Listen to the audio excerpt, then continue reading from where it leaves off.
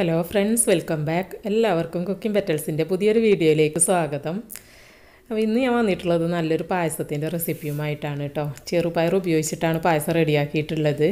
നമ്മൾ സാധാരണ ചെറുപയർ പരിപ്പ് ഉപയോഗിച്ചിട്ടാണല്ലോ പായസം ഉണ്ടാക്കാറുള്ളത്. ഇത് ഞാൻ ഉണ്ടാക്കിയിട്ടുള്ളത് മുഴുവനായിട്ടുള്ള ചെറുപയർ ഉപയോഗിച്ചിട്ടാണ് കേട്ടോ. അപ്പോൾ ഇപ്പോൾ എല്ലാവരുടെ വീട്ടിലും റേഷൻ കടയിൽ നിന്നൊക്കെ ചെറുപയറൊക്കെ കിട്ടിയിട്ടുണ്ടാകും, ഓണക്കിറ്റ് കിട്ടിയ കൂട്ടത്തിൽ. അപ്പോൾ ഒരുവിധം എല്ലാവർക്കും കിട്ടിയിട്ടുണ്ടാകും. അപ്പോൾ ഈ ഓണത്തിൻ്റെ സമയത്ത് നമുക്ക് വളരെ പെട്ടെന്ന് എല്ലാവർക്കും ഉണ്ടാക്കാൻ പറ്റുന്ന രീതിയിലുള്ള ഒരു പായസമാണ് കേട്ടോ. വളരെ പെട്ടെന്ന് റെഡിയാക്കിയെടുക്കാൻ പറ്റുന്ന രീതിയിലാണ് കാണിക്കുന്നത്. അപ്പോൾ എല്ലാവരും വീഡിയോ അവസാനം വരെ കണ്ടു നോക്കുക. വീഡിയോയിലേക്ക് പോകുന്നതിന് മുമ്പ് എൻ്റെ ചാനൽ ഇതുവരെ സബ്സ്ക്രൈബ് ചെയ്യാത്തവരുണ്ടെങ്കിൽ ഒന്ന് സബ്സ്ക്രൈബ് ചെയ്ത് സപ്പോർട്ട് ചെയ്യണേ.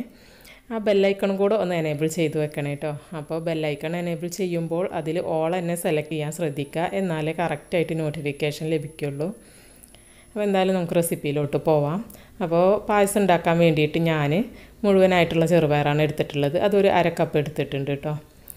പിന്നെ ഇതിലേക്ക് എടുത്തിട്ടുള്ളത് കുറച്ച് അണ്ടിപ്പരിപ്പ്, പിന്നെ കുറച്ച് മുന്തിരി, പിന്നെ കുറച്ച് തേങ്ങാക്കൊത്ത് എടുത്തിട്ടുണ്ട്, ചെറുതായി അരിഞ്ഞെടുത്തതാണ്. പിന്നെ ഒരു 4 ഏലക്കായ എടുത്തിട്ടുണ്ട്. പിന്നെ ഇതിലേക്ക് ഞാൻ എടുത്തിട്ടുള്ളത് പശുവിൻ പാലാണ്. അതൊരു 1/2 ലിറ്ററാണ് എടുത്തിട്ടുള്ളത്. 1/2 ലിറ്ററിൻ്റെ ഒരു പാക്കറ്റാണ് കേട്ടോ എടുത്തിട്ടുള്ളത്. ഇതിന് പകരം നിങ്ങൾക്ക് തേങ്ങാപ്പാൽ ഉപയോഗിക്കാം. പിന്നെ ഒരു 1.5 ടീസ്പൂൺ അരിപ്പൊടി എടുത്തിട്ടുണ്ട്. ഇത് ഓപ്ഷണലാണ്, പായസത്തിനൊരു കുറുക്കം കിട്ടാൻ വേണ്ടി എടുത്തതാണ്. നിങ്ങൾക്ക് വേണ്ടെങ്കിൽ അത് സ്കിപ്പ് ചെയ്യാം കേട്ടോ. പിന്നെ 4 ശർക്കരയുടെ പീസ് എടുത്തിട്ടുണ്ട്. ഇതും വേണമെങ്കിൽ നിങ്ങൾക്ക് കൂട്ടിക്കൊടുക്കുക. പായസത്തിന് കൂടുതൽ മധുരം വേണമെന്നുണ്ടെങ്കിൽ ഒരു 5 പീസ് വരെയൊക്കെ എടുക്കുക. അപ്പോൾ നമ്മുടെ ചെറുപയർ നന്നായി കഴുകിയിട്ട് ഒരു കുക്കറിലോട്ട് ഇട്ട് കൊടുത്തിട്ടുണ്ട്. അതിലേക്ക് 2 കപ്പ് വെള്ളം ചേർത്ത് കൊടുക്കാം. 1/2 കപ്പിൻ്റെ കപ്പിനാണ് കേട്ടോ 2 കപ്പ് ചേർത്ത് കൊടുത്തത്. ഇനി ഇത് നന്നായിട്ടൊന്ന് കുക്ക് ചെയ്തെടുക്കണം.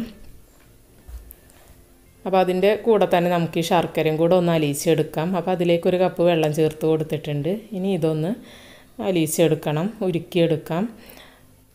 അപ്പോൾ നമ്മുടെ ചെറുപയർ ഇവിടെ കുക്കായും കൊണ്ടിരിക്കുന്നുണ്ട്.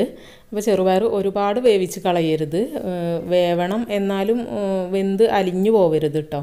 നന്നായിട്ട് വേവണം, പക്ഷേ വെന്ത് അലിഞ്ഞു പോവാണ്ടിരിക്കാൻ ശ്രദ്ധിക്കുക. അപ്പോൾ കണ്ടല്ലോ, നമ്മുടെ ചെറുപയറൊക്കെ വെന്ത് കിട്ടിയിട്ടുണ്ട്, എന്നാൽ ഒട്ടും ഉടഞ്ഞു പോയിട്ടൊന്നുമില്ല. ഇതിൽ വെച്ചിട്ടുള്ള വെള്ളമൊക്കെ വറ്റിയിട്ടുണ്ട് കേട്ടോ. ഇനി നിങ്ങൾക്ക് വേവിക്കുമ്പോൾ ഇത് അടിക്ക് പിടിക്കുമോ എന്നുള്ള സംശയം ഉണ്ടെങ്കിൽ വെള്ളം കുറച്ച് കൂടുതൽ വെച്ച് കൊടുക്കാം.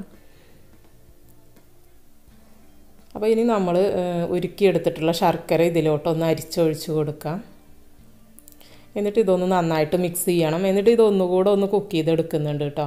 ശർക്കരയൊക്കെ ഇതിലൊന്ന്, ശർക്കര പാനിയൊക്കെ ഈ ചെറുപയറിലൊന്ന് നന്നായിട്ട് പിടിക്കാൻ വേണ്ടിയിട്ടാണ് നമ്മൾ വീണ്ടും കുക്ക് ചെയ്യുന്നത്. എന്ന് വെച്ച് ചെറുപയർ വേവ് അധികമായി പോകുന്നില്ല.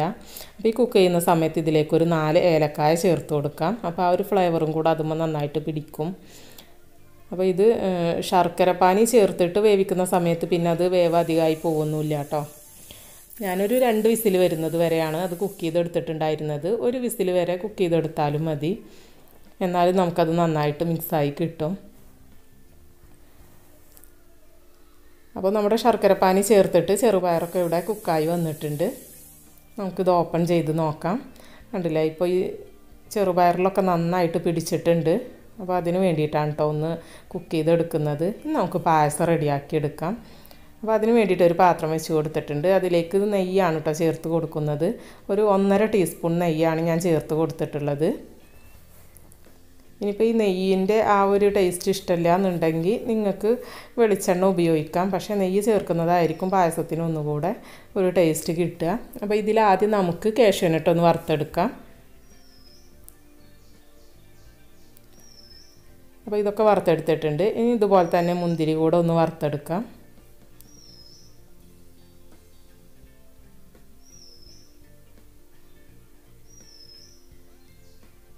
അപ്പോൾ മുന്തിരി വറുത്തെടുത്തിട്ടുണ്ട്. നമ്മൾ നേരത്തെ എടുത്ത് വെച്ചിട്ടുള്ള ആ തേങ്ങാക്കൊത്ത് ഇതിലേക്ക് ചേർത്ത് കൊടുക്കണം.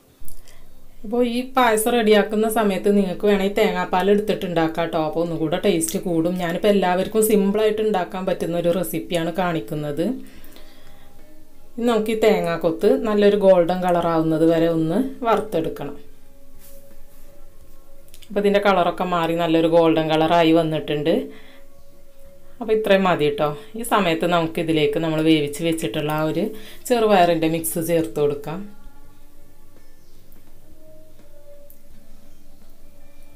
പിന്നെ ഇത് ജസ്റ്റ് ഒന്ന് തിളക്കുന്ന സമയത്ത് നമുക്ക് അരിപ്പൊടി ഇതിലേക്ക് ചേർത്ത് കൊടുക്കണം. അപ്പോൾ അരിപ്പൊടി ഡയറക്റ്റ് ചേർത്ത് കൊടുക്കരുത്.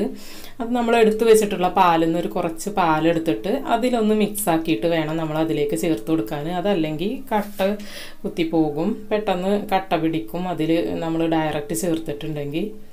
അപ്പോൾ ഇത് നന്നായിട്ടൊന്ന് മിക്സ് ആക്കിയിട്ട് അതിലേക്ക് ചേർത്ത് കൊടുക്കുക. ഇത് വേണമെങ്കിൽ നിങ്ങൾക്ക് സ്കിപ്പ് ചെയ്യാം കേട്ടോ. ഇത് ചേർത്തില്ലെങ്കിലും പായസം കുറുകി വരും. എന്നാലും ഇതും കൂടെ ചേർക്കുമ്പോൾ ഒരു നല്ലൊരു ടേസ്റ്റാണ്, നല്ലൊരു കുറുകിയിട്ട് കിട്ടും. അപ്പോൾ അതിന് വേണ്ടിയിട്ട് ചേർക്കുന്നതാണ്. ഇത് നന്നായിട്ടൊന്ന് ഇളക്കി കൊടുക്കണം, അതല്ലെങ്കിൽ കട്ട പിടിക്കും. അപ്പോൾ ഇത് തിളക്കുന്നത് വരെ നന്നായിട്ടൊന്ന് ഇളക്കി കൊടുക്കുക കേട്ടോ.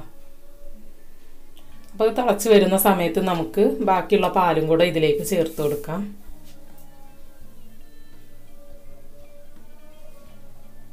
അപ്പോൾ ആ പാലൊക്കെ ചേർത്തിട്ട് നന്നായിട്ടൊന്ന് മിക്സ് ചെയ്തെടുത്തിട്ടുണ്ട്.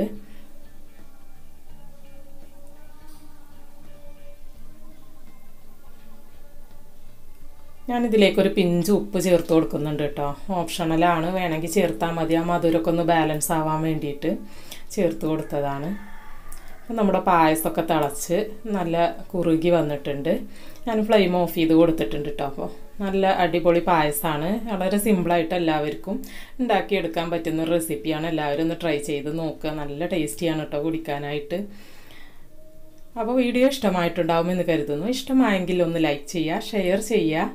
അതുപോലെ തന്നെ സബ്സ്ക്രൈബ് ചെയ്യാത്തവരുണ്ടെങ്കിൽ സബ്സ്ക്രൈബ് ചെയ്ത് സപ്പോർട്ട് ചെയ്യണേ. കൂടെ ബെല്ലൈക്കണും കൂടെ ഒന്ന് എനേബിൾ ചെയ്യുക കേട്ടോ. അപ്പോൾ വീണ്ടും നല്ലൊരു വീഡിയോയുമായി നമുക്ക് കാണാം. അതുവരേക്കും എല്ലാവരോടും ബൈ. Thank you.